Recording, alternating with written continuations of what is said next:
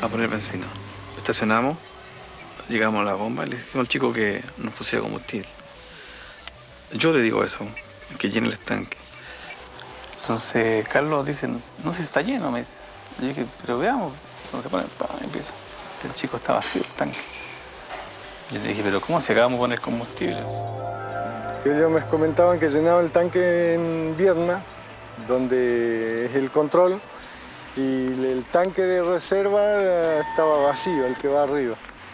Y el de abajo tendría 20 litros, 30, más no tendría, porque le entró 100 y casi 100 litros, y esos tanques creo que en 120, los dos tanques.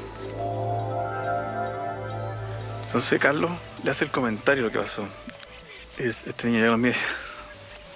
Está loco, dijo nada más. Luego Carlos comenzó a dormirse. Yo tomé un saco de dormir que tenía metido adentro y nos quedamos dormidos.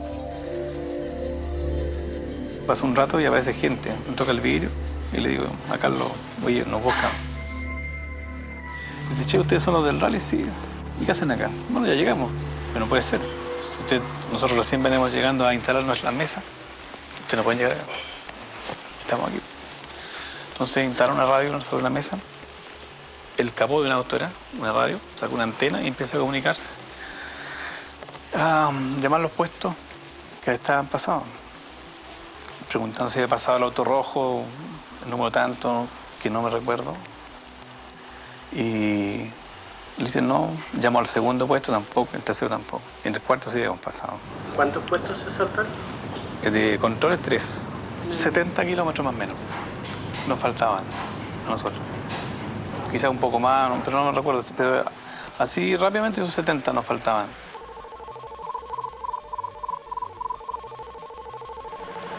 Un tanque completo de combustible y nada, y eso fue todo lo que fue.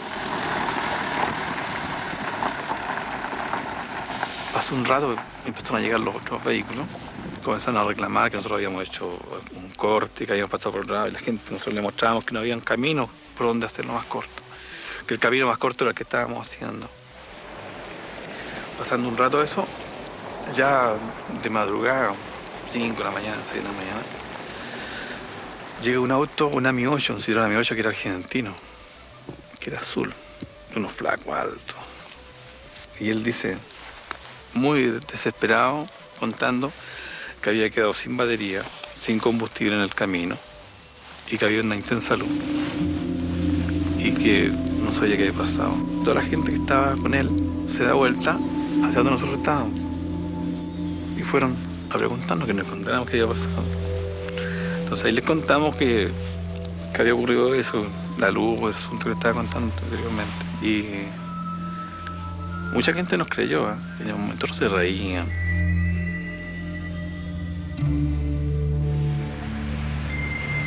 Pasó eso, terminábamos el rally, llegamos a Buenos Aires y ahí empezaron los problemas, porque hubo mucha gente que nos fue a insistir que no contáramos nada, que nos quedáramos callados, que no era conveniente. ¿Qué gente? Fueron 3 personas que se presentaron, porque se presentaron como funcionarios de las Fuerzas Aéreas Argentinas, 3 eran, y nos pidieron que por favor no se abstuviéramos de hacer ningún comentario, de no contar nada a la gente. ¿Por qué? Porque se producía una alarma a la gente del sector.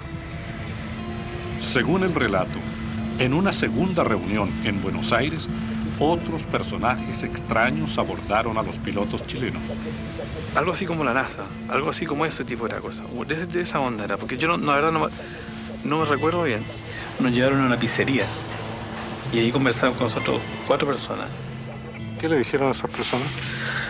Que necesitaban las vestimentas que estábamos usando ese día, las pertenencias nuestras que teníamos en el vehículo y el vehículo. Si usted no puede seguir hablando, porque usted no sabe lo que vio, no sabe nada, absolutamente nada. Casi me convenció. El vehículo no se lo llevaron ellos a un estacionamiento del Automóvil Club Argentino. Lo tuvieron 2 días. ¿Y la ropa? Y se la llevaron. ¿Nunca se la Nunca me la devolvieron? devolvieron. ¿Les pagaron algo? Absolutamente nada. Nada de nada. ¿Y por qué accedieron ustedes a darle la ropa, el auto y todo eso? Yo la verdad, un cheque, por temor, primero, ¿Temor a ellos? a lo que estaba viviendo. Miguel Ángel Moya guardaba hasta hoy otro secreto relacionado con hechos aparentemente sobrenaturales. Algo ocurrido pocas semanas después del rally en la ciudad argentina de Mendoza. Al principio no quería referirse al episodio, del cual ya habían aparecido indicios en la conversación, pero finalmente lo convencimos. Según me contaron cuando yo desperté, ya en otra parte, ¿no? Ahí, no me recuerdo si fue en Mendoza, cuando estaba acostado en la cama, recostado, estaba, ¿cómo se dice? Levitando sobre la cama, con los pies apoyados en la cama y en ángulo hacia la cama. Yo solamente me acuerdo, había abierto los ojos cuando ellos gritaron y vi, claro, que estaba ahí.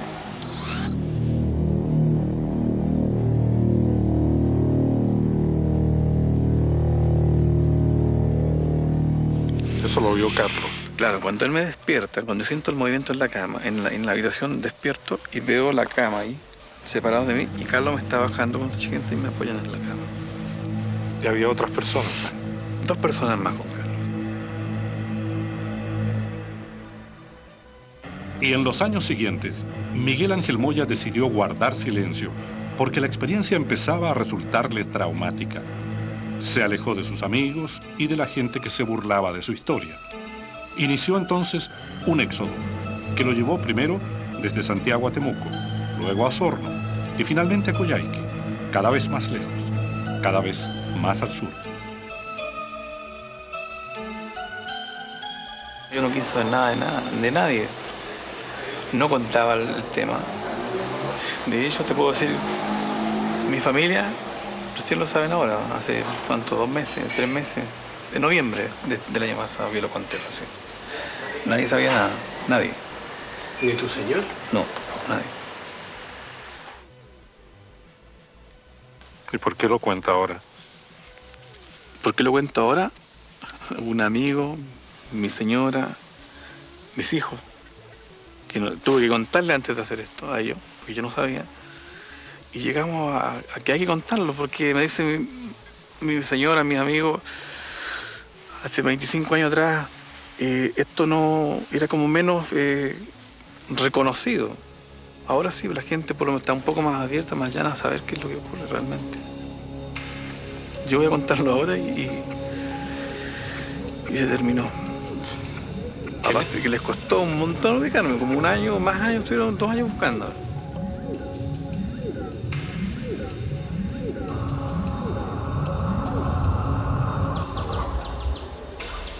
En octubre de 1982, Miroslava González Jadrillevich venía desde Río Gallegos a Punta Arenas, cuando justamente aquí, a la altura de esas instalaciones, que hoy son de Metanex, vio unas luces que le llamaron la atención. Pensó que eran justamente de allí, pero no, tenían otro origen. Estaba a punto de vivir una experiencia extraordinaria. La investigación sobre denuncias de ovnis en la carretera nos conduciría pronto hacia un nuevo caso, esta vez en la ciudad de Punta Arenas.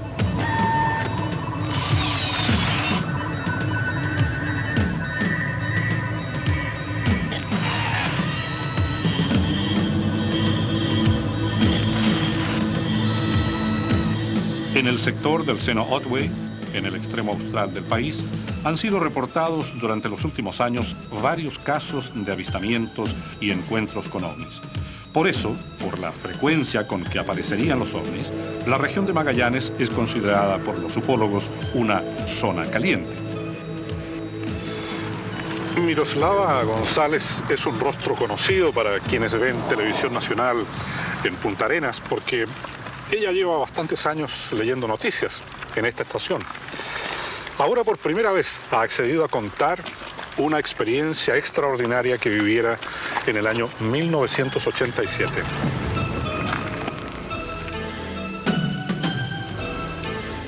Casada y con 3 hijos, había mantenido en secreto hasta el día de hoy una experiencia que dice haberla involucrado a ella y a su primer esposo.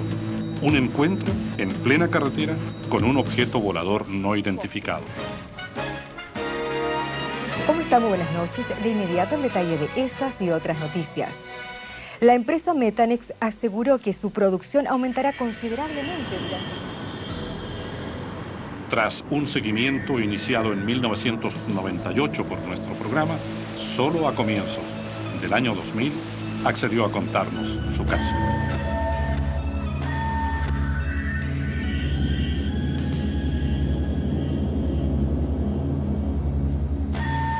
¿Hace cuántos años de esto? De esto hace ya, a ver, 17 años. Ya. Y un poquito más de 17 años. Ya, ¿Ya? ¿cómo fue eso? ¿Dónde estaban? ¿De ¿Cómo dónde fue? venían? De Río Gallegos. Veníamos, era ya tarde, un día sábado.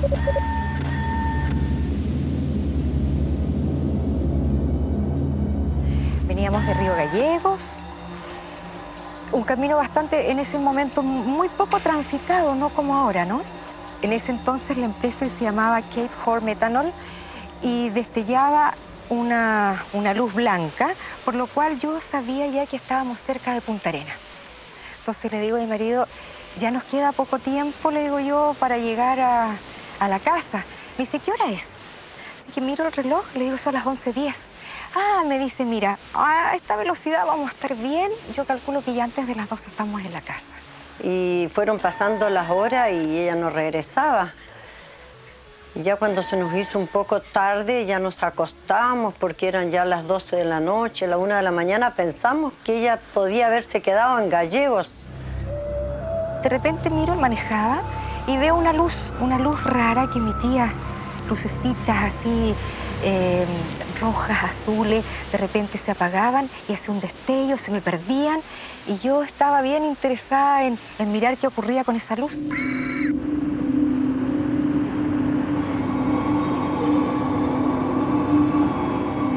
Nosotros nos seguía una camioneta blanca. Sí. Esa camioneta es una camioneta de la Empresa Nacional del Petróleo.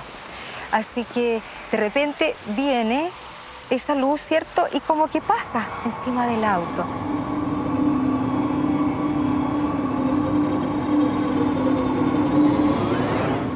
Yo le digo, pero detén el motor. Porque si es un helicóptero, va a hacer ruido y a su vez del ruido, ¿cierto? Tira el airecito que vamos, eso ya me va a dar la señal de que era un helicóptero. Entonces ya me dicen, yo bajo el vidrio, ¿ya? Y saco la cabeza y miro hacia adelante. Nada. Miro hacia atrás y veo esta camioneta de NAP que estaba detenida atrás nuestro a un par de metros también, con sus luces prendidas. Y supuestamente, bueno, viendo lo mismo que estaba tratando de buscar yo, cuando de repente saco la cabeza y miro hacia el cielo y me encuentro con esto tan, para mí, impresionante.